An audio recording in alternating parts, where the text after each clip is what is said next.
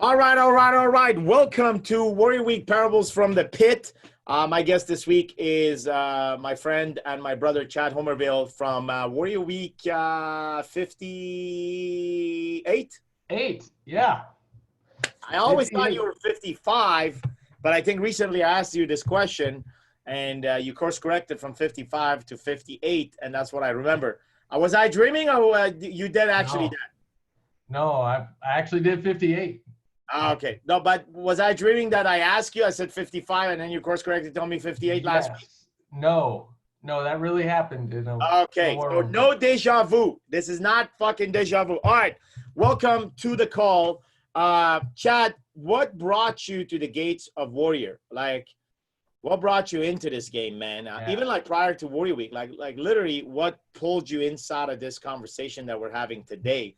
What was the initial gate and the door that you knocked at? I think it was a Facebook ad back in spring, summer of 2017 is where I first started seeing Warrior pop up. And it was compelling and intriguing, the sense of there are people out there that will understand me. And so that's what kind of drew me towards it, and just an idea that, hey, I can be myself and maybe get my shit together at the same time, without having to compromise things that I think are important about me. Spontaneity and quick start and that quick energy to start something.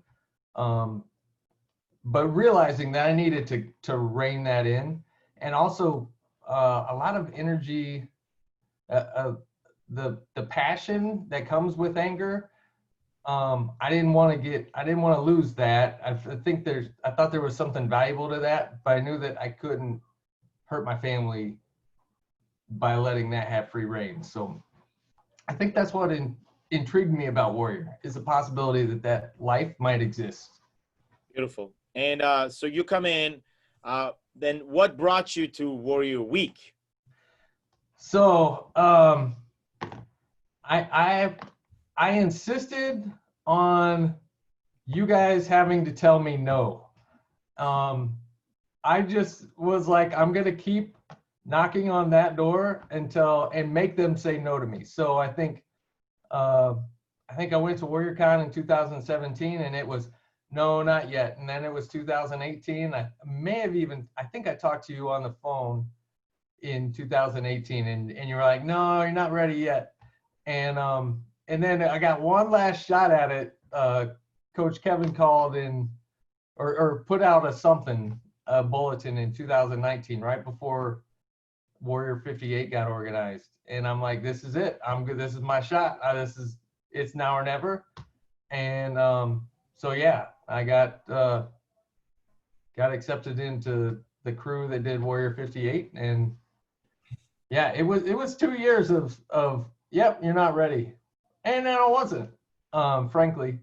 So, Beautiful. but all the time, there was growth that happens. There's hearing Garrett talk about a thing that stuck out in my mind that I'll probably never forget, is he was bitching at somebody on a Facebook Live about not being able to spend $300 on a really robust offering of what you guys were doing. And he's like, if you can't solve a $300 problem, how can you solve a $3 million problem or a $3,000 problem or and I'm just like, fuck, my problems aren't big enough. And so yeah, there was a lot of growth that happened in that lead up to being able to go to Warrior Week, where I became the guy that could solve bigger problems. So that was the time was not wasted before I got to go to Warrior Week. That is it's such an important thing that you mentioned here. And literally 2 days ago, I sent an email out, and this email, the content of the email, I didn't write anything. It was one of the brothers that kept knocking at the door of Warrior Week, just like you, for 2 years, that sent me that message. And I'm not on Facebook. I kind of removed myself from there. But 2 days ago, I went there to start making posts on Facebook just from my laptop.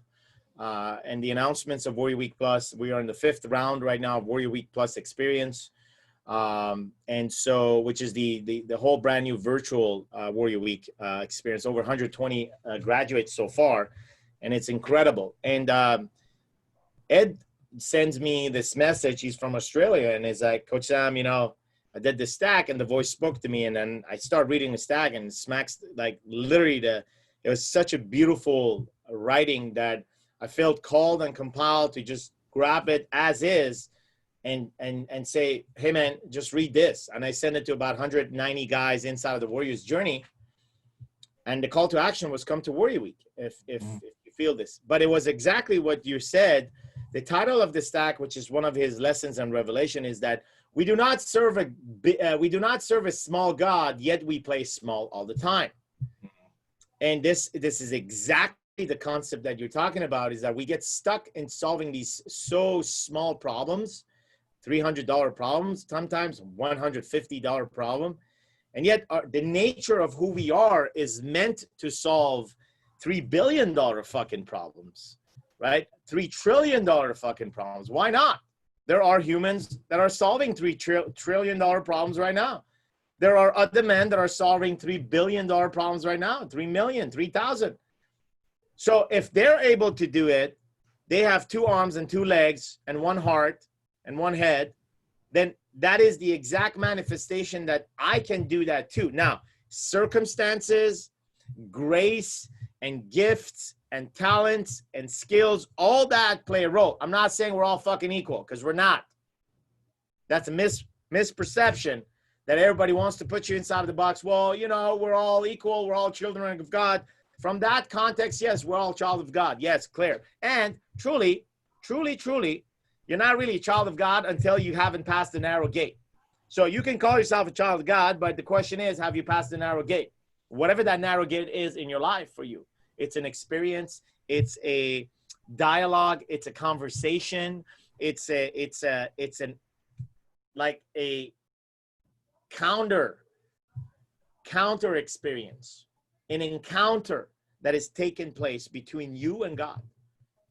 That's where you can declare that. Until then, maybe you know about God through information. Maybe you know about God through other methods, and you don't even have the fucking balls to call him God. You call him the universe, the creator, the magic, whatever. But until a man comes to that narrow gate and recognizes that, then he's like, okay, then what gifts and grace have been given in order for me to go and solve problems? I may be the guy that solves $3 million problem. I may be the guy that solves $3 billion problem. But I'm definitely not a fucking guy. If I come to the narrow gate, if I had my encounter, I am refusing to fucking believe that I am a guy that solves a $300 or $150 problem. I'm not a guy. I'm not. I am more, right? And this ties into the experience of Warrior Week, certainty, confidence, and the gate that you come into here inside of this brotherhood in order to pass the gate and be on the other side of the brotherhood. Talk to me about, like, I truly felt relevant what you brought in as something that you will not forget. I heard the same thing too. I've said it many times myself. I will not forget, but I can tell you one thing. I will not forget the message that I got from Ed not too long ago, which is, we do not serve a small God. Why do we fucking play small? And it's just not a matter of money. It's like, whenever we catch ourselves playing small in raising our children, in connecting with our wives, in leading the people that we love and care about the most in our life. So I thought that was important for us to mention. Talk to me, what brought you to Warrior Week, and what was your experience of for you that first night at the gate? Yeah, the night at the gate. Let me get back to that. The thing that brought me to Warrior Week was mostly frustration with how I was behaving with my children. I have a daughter that has a cognitive impairment, and when when things started going off the rails for her, everybody got tense, and I felt it was my responsibility to stand in between my daughter and my children and my wife, and my boundaries at that point start getting crossed physically, like having shit thrown at me, being punched and pushed and whatever. And my daughter is the sweetest person in the world.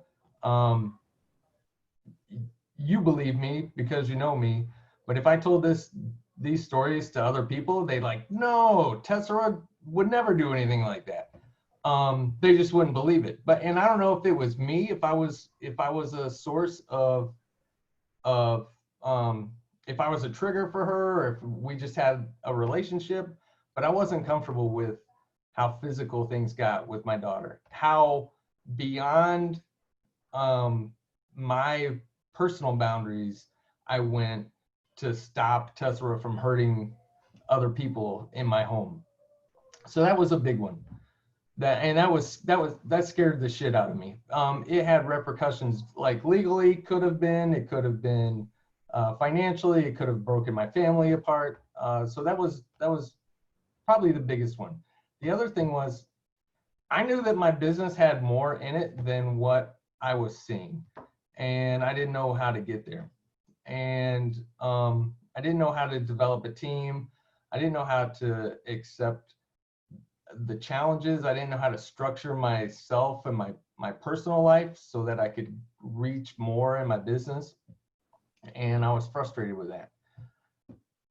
Yeah. What you shared here is very important because on one of my other podcasts, I had a brother that came in here and he talked about the same thing, very similar thing. It's very common pain that brought him here. For some reason, that podcast did not get recorded, meaning that we had the video, but we got fucked on the audio, man. So that was frustrating. And then COVID hit and he's supposed to come back here. And I'm sure it's meant to be. And I'll tell you the story so that you know, you understand why it's similar. So he came in, and the reason why he came to Warrior, it was his daughter, which was a 16-year-old, declared that she is a boy to the parents and her, and you know, she said her name is Sam. So, and he just didn't know how to deal with that. How do I accept my son now, which used to be for 16 years my daughter? And so he did a lot of research, and like literally the thing that showed up for him was, I don't know how, but Wake Up Warrior. I guess maybe he typed in one man wanting to be a better man. I don't know, whatever. But he said that when Wake Up Warrior showed up on Google, he started listening, and he knew that he had to come to Warrior Week. He knew that he had to come to Warrior because it was a question of certainty and confidence. It wasn't a question of knowledge. It wasn't that, oh, I don't know how to deal with this, that I'm not certain enough to deal with this, and fuck, I'm not clear enough how to even get certain about this shit. So that's my first step.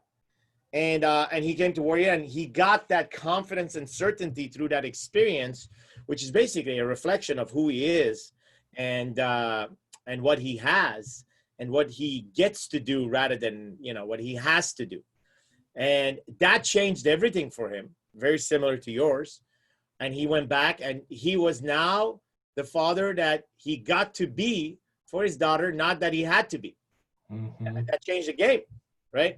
So, you know, we talked about the daughter, and we talked about that this is a common hidden issue. Rare are men that will raise their hand and say, even very similar to yours, that would say, hey, this is a situation with my daughter.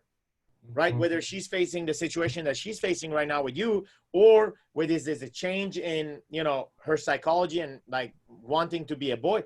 Rare are guys that are going to go and talk about that in family, talk about that to friends. Like, where do you get certainty on this? Yeah. I'm sure you can get tons of fucking advice.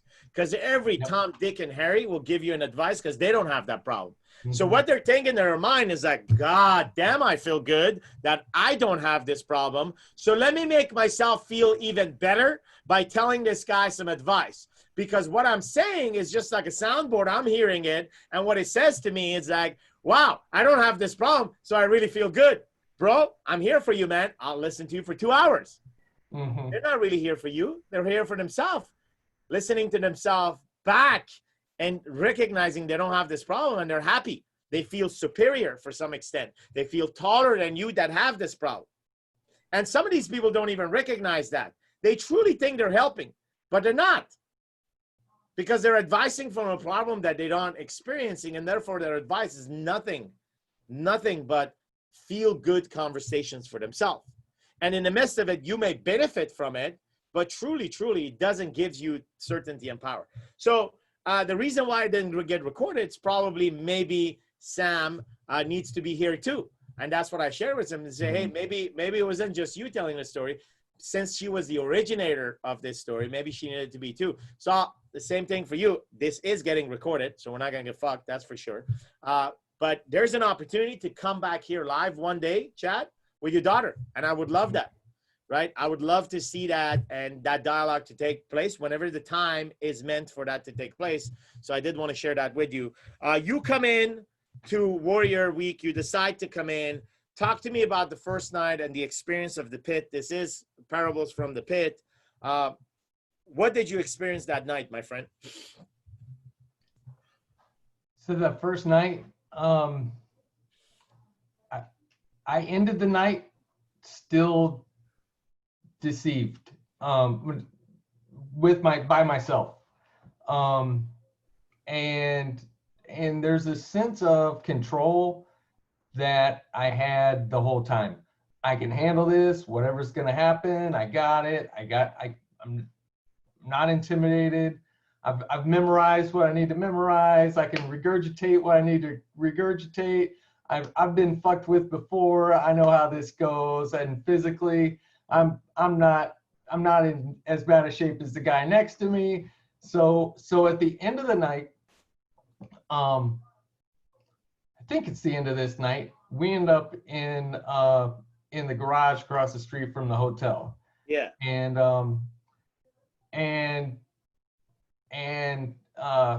coaches are in my face saying, "What's the biggest lie that you're telling yourself?" Still. And I'm like, "I don't know." And he goes, "Go work it out with that coach and then come back." And so they send me over to Coach Sean, and they line up the next guy. And Sean asked me a few questions, and I get there, and it's the biggest lie I was telling myself is, I got this figured out. And I really don't. I mean, and I still don't have it figured out. And I think that I had to, I think all men need to come to a point where they are willing to say, I don't have this figured out. I don't, it's not all going to work out. That was a kind of a mantra that I had in my business. Oh, it always works out. Oh, it always works out. It doesn't always work out. Shit happens, and that night was the beginning of me starting to be comfortable with the idea that it's okay that I am that I am. That we have to get to the point where like that certainty that you talk about with the brother that has a daughter that is now a son. That kind of certainty comes with him being comfortable with who he is first before he can be comfortable with who his son is. And that's what I needed to experience in my life was being honest about my limitations. I don't have it all under control. I was not in control of that situation. And I was in a different city in a fucking parking garage, and with men that could have overrun me or overpowered me if they wanted to. I was not in control. I had the illusion of control that I needed to give up. It's still, with all this COVID stuff, I'm not in control of the circumstances that are going on in my, I'm in control of some of the dynamics of my business, but there are a lot more dynamics than I can control.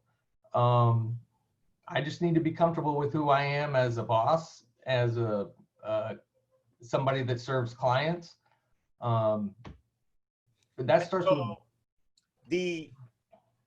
the fact that most men are not comfortable with themselves ends up in two places: denial that such a thing even exists, complete denial that what is this thing not being comfortable? Of course I'm comfortable with myself. These guys are fucking losers talking about this. I am comfortable. Fuck you. Right? Complete denial. And we know plenty of guys like that. Maybe you're one of them right now listening. And not because that this was your favorite podcast, but because somebody forwarded it to you and said, hey, man, you should listen to this. And you're like, I don't want to. But my wife's about to fucking divorce me, or my son is about to leave my house, or I'm having this problem because my daughter is on heroin now, or my life is fucking burning down. I'm going to listen to these motherfuckers. And you may just recognize in this conversation that, like, yeah, man, you've been denying this conversation for the first time ever. Maybe you're hearing this. So there's that guy. And then there's a guy that gets comfortable living with not being comfortable. A guy that tolerates not being comfortable. It's like, okay, I don't ever want to feel uncomfortable.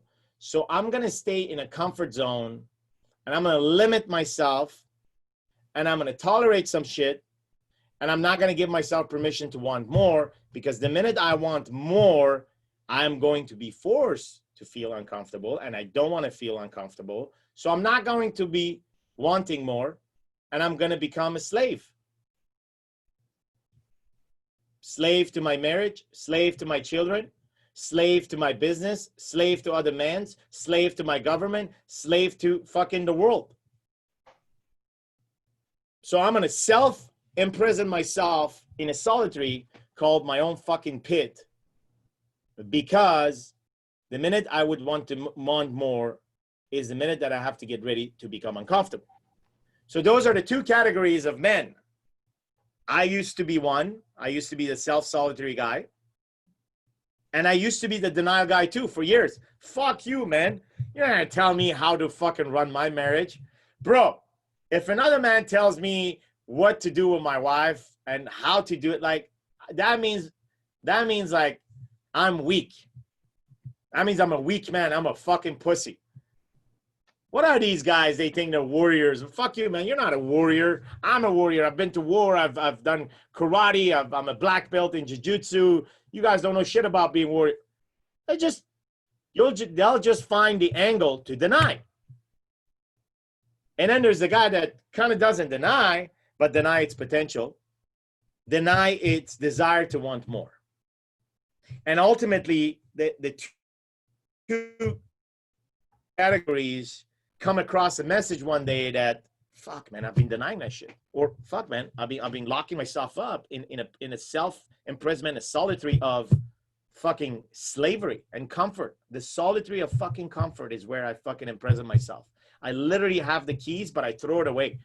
And there's not even a guard down here, man. I built the prison. I put myself in it. I locked it in. I took the key and I throw the fucking key away. But I'm smart. I've managed to create an automated service that brings me food and that cleans my shit. So I sleep, eat, and shit in my solitary. And I call that a life. And that guy gets awakened. And the awakening causes them to do something. And that is to step into the uncomfortable. And the uncomfortable is exactly what you talk about, is this area of looking yourself in the mirror and recognizing the amount of guilt, shame, anger, blame that you are currently carrying, that you are denying. Because in the self-solitary prison, it's just 4 fucking walls, man. There is no mirror. If there would be a mirror there, you would not last a fucking day in there. but you don't want a mirror there because you don't want to see the guilt and shame and the blame and the anger, and yet you carry them. And so this process was created for a man to let go of shame. There is literally no power associated to shame. And we are all conditioned to shame ourselves because of a list of to do, because of how we're supposed to be, because of what we're supposed to become, because of expectation from others, because of what others say, and because, which are all parameters that we have adopted, and we operate within these parameters, yet as a fucking slave. But we think that we're in control, because you can control this little radius of yours, this little shithole of yours called this the fucking prison or the solitary. You can control the solitary by having automated system that bring you food, some kind of system that cleans your shit, and some good air that gives you enough time to sleep 7-8 hours a night. And life goes on. So you come to Worry Week, your reality to some extent is shaken, and you recognize that in order for me to even be able to have the power, I have to be first comfortable with myself. And let's break that down. What does that mean, being comfortable with myself? Well, I have to get uncomfortable with everything about myself. Everything that is identified as uncomfortable, first I have to get uncomfortable about it. Then I have to get comfortable that I have that uncomfortability in me. And that's where I accept my total being. The shit about me and the good stuff about me. So we walk into the next day, the following day, and the following day we go on the beach, and it's the most amazing day of Worry Week. Talk to me about what took place for you and what was important for you inside of that day. So we spent some time talking about Core 4, just kind of basic training stuff. And then we did that day, the Hand of God. Can I talk about that evolution? Yeah, you can talk about whatever the fuck you want to. So up to that point, I had been hearing the waves come in, and I had imagined that the waves were all the fucking problems that I was dealing with at home. And it wasn't just my daughter Tess. My other kids were experiencing all of this as well. My wife experiences this tension. And there's a sense of when Tessera violates my boundaries or physically comes at me and I have to restrain her, there's a sense from my other kids and my wife, there's some questions about whether I'm violating Tessera's boundaries in restraining her. And I had questions about that myself. So I had all this stuff, and the waves were crashing in on the beach. And I had, I think the night before, imagined that being my children and their problems. And I'm the beach, and their problems can break on me, and that's okay. I can I'm the fucking beach, and I can handle the waves. And so the next day we're doing the Hand of God evolution, and it was my first opportunity to just be honest with God. And I came from a evangelical Christian background. I would still associate with that background to a large extent. Mm-hmm. But in my religious tradition, you don't get to say the kind of things that I was able to say on the beach. Mm-hmm. And the first words that came out of my mouth were, "Fuck you!" And it was meaningful. And it was strong, and it was repeated a couple of times.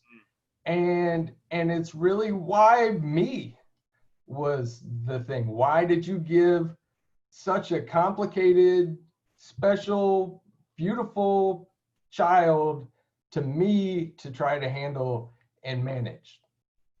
Or not even manage, just figure out and live with in a way that's peaceful and healthy and creative for both of us. so it was good to just get that off my chest. And again, it's part of the process of me getting comfortable with myself and just being okay with saying, you know what, fuck you, God. I don't feel like I'm enough for this challenge. I don't feel like I'm enough of a dad to parent this kid. Why did you give her to me instead of somebody else that's more capable or competent at doing what needs to be done to raise this kid? So that was the most significant experience that I recall from that day. And yeah. Beautiful. So Warrior Week takes place. You take all the gifts with you. And obviously you hear me say this all the time. The gifts here anywhere inside of these experiences are not yours to keep, but yours to give away. And you go back home. Talk to me about life and how things have changed at home for you, business. Talk to me about life post Warrior Week. What has it been for you, Chad? The post Warrior Week, I'd say just in relationship to my daughter, because that's been something that we've talked about. I remember the first fight that we had when I came back, and she was pushy, and I was okay with myself and who I was, and I was able to diffuse the situation and deflect her in a way that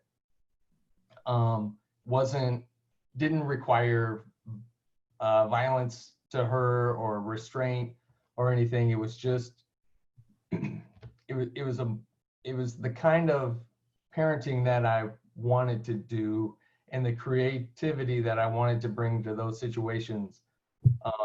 It starts with me being okay with who I am. And so that was the thing that I recall the most with respect to that. With regard to another one of my kids, there was a theme. My 13-year-old would always call me a bum, and she would do that like arrows. She would say, "You're a bum. Why do you treat Tess like that? You bum." Or when she didn't get what she wants, she knew that she could use that word to trigger me, and it was effective. And so at some point in my Warrior Week journey, one of the coaches said, "Well, why do you give a fuck what a 13-year-old calls you?" And I, yeah, that makes sense. So I became more comfortable. Like I wasn't triggered by that.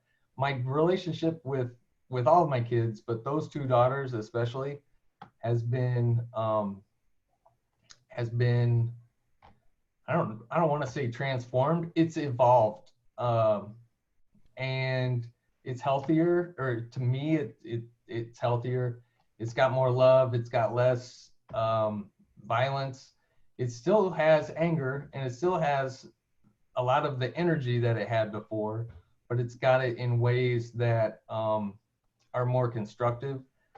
And so that's good. That also has brought that was a major source of tension with my wife, was how we treat our kids. And so we get that sort of on the right track, and you can see some things develop with my wife, and just endearment wise. I'm treating her children in a more nurturing way that makes a difference to her. And she feels safer in our home than she did before, because it's a different man now in the house than the chaotic, insecure shithead that was living in the house before. So yeah, we've gotten to have real conversations, and she gets to do things that are of significance to her without asking my permission, or feeling like she needs to get permission from me to be herself, which has freed her up to do things more aligned with who she is and who she wants to be, make more choices for herself. So that's been a healthy thing.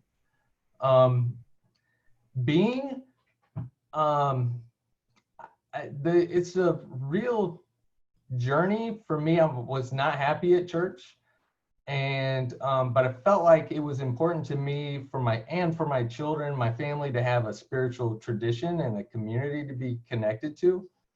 And so I've negotiated and kind of navigated the church scene to be able to find a place for myself that works for me. It doesn't work for everybody at church, and doesn't absolutely work for my family in total, but it's something that I want and I feel has integrity. So that's been good. Let's see, body, I have, since Warrior Week, I had a whole bunch of pains in my body, just stuff that I dragged on with me for years, and gave myself permission to just start taking care of that shit, and being more consistent with how I did habits that affected my body. So that's been good. And in fact, that's a kind of a theme for all this, and it really impacts our business too, is the establishing routines and habits. Just being able to do, I realized, or somebody showed me that I was hitting home runs or trying to hit home runs, or I'd put myself in a position where I had to swing for the fences to make shit work in my life. And if I would just hit singles, well, I think Garrett says this, simple success, swinging singles, I think was how I first encountered it. If I just hit fucking singles more often, and just do it in a routine way, I'd score more runs. So that's been good. Beautiful.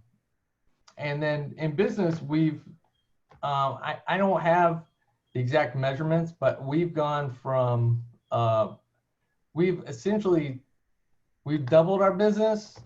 Most of that was me asking a relative, or telling a relative that I was going to approach partners in his business for their business, and that enabled me to grow, kind of double overnight. Not overnight. He said he would help with that. We ended up doing a lot more volume than we were before Warrior Week, but Warrior Week kind of gave me the permission for myself to just ask for more. I'm not embarrassed or ashamed to ask for money from people that owe it to me anymore, which is weird in the contracting and the trades.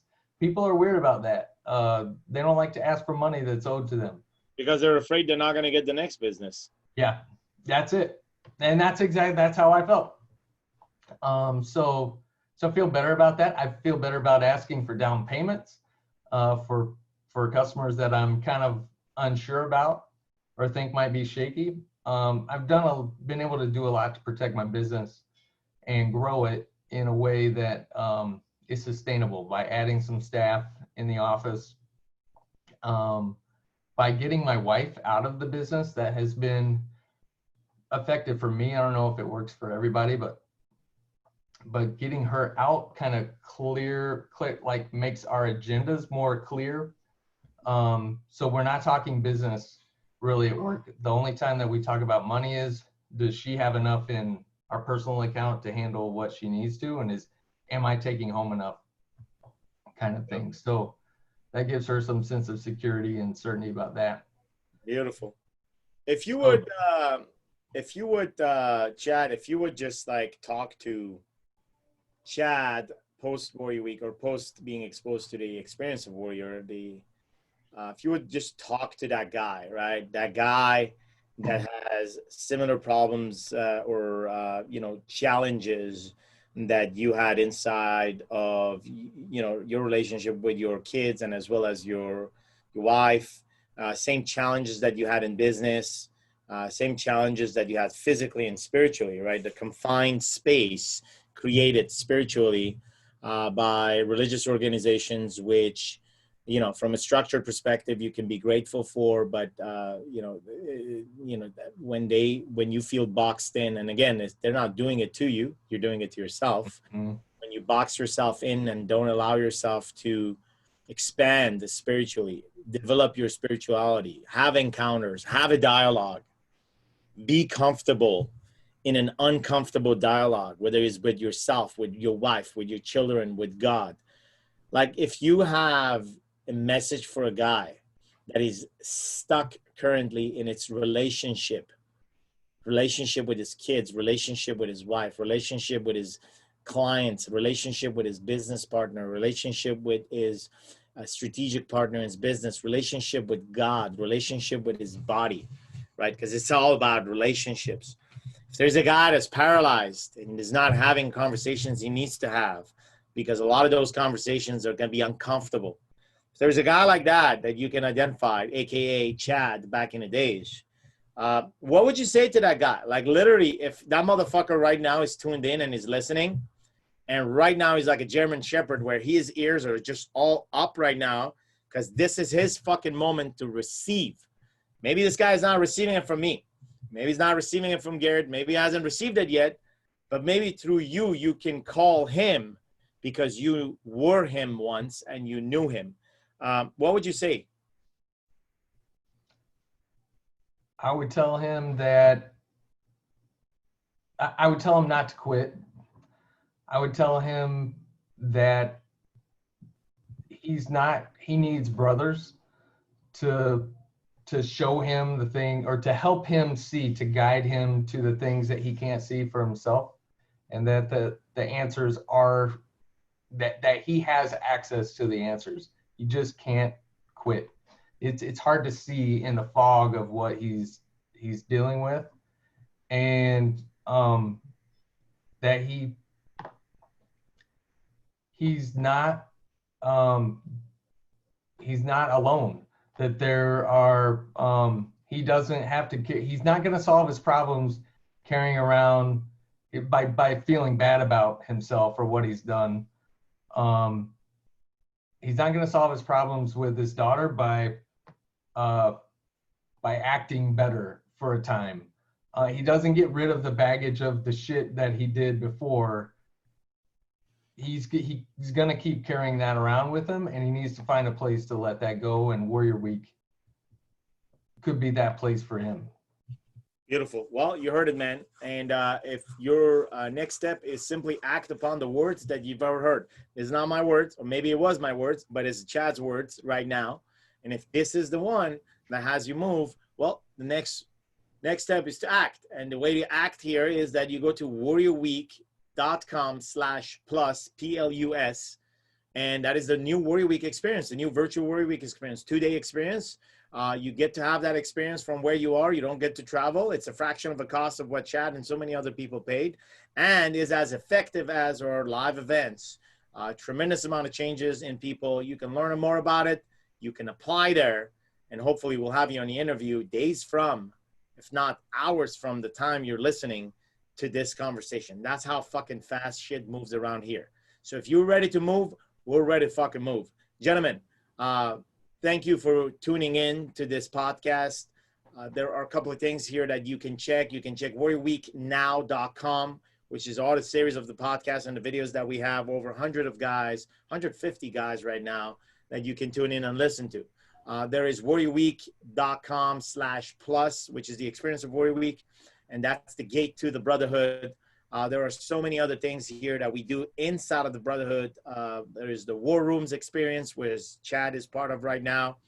You don't get to have access to those if you don't pass the gate. There's a Pay It Forward project that we have people involved in. There's a Brotherhood Mustard that we have every single man involved inside of that. There is a lot here for you to be part of, but the gate is Warrior Week. And so if you choose to come for the purpose and the reason and the why that is strong enough to push you through, then you're welcome. And I'll look forward to talking to you. Chad, I want to thank you for your time today. I know it's a busy day in the middle of your day coming in here, but I do want to capture your story. I look forward of you and I and your daughter sitting down here on these chairs right here when we get the COVID stuff kind of cleared out, and where we can sit here and have a conversation and have this the second version of this podcast continue, because there's a message in there. There's a message that your daughter carried. for other daughters, for other dads with children like her. There's her side, there's your side, and it would be beautiful to capture that, because these are healing words. These are healing instruments. You, your daughter, and men need to see that. Men need to see that there is hope, and they don't have to fucking play the game alone. And there's possibility of injecting quality in your life as is, and love your life as is. And you get to live this life. You don't have to fucking live it as is. You get to live this life as is. Chad, thank you very much for being here. Gentlemen, until next time, have yourself a great fucking week. Take care of yourself and each other.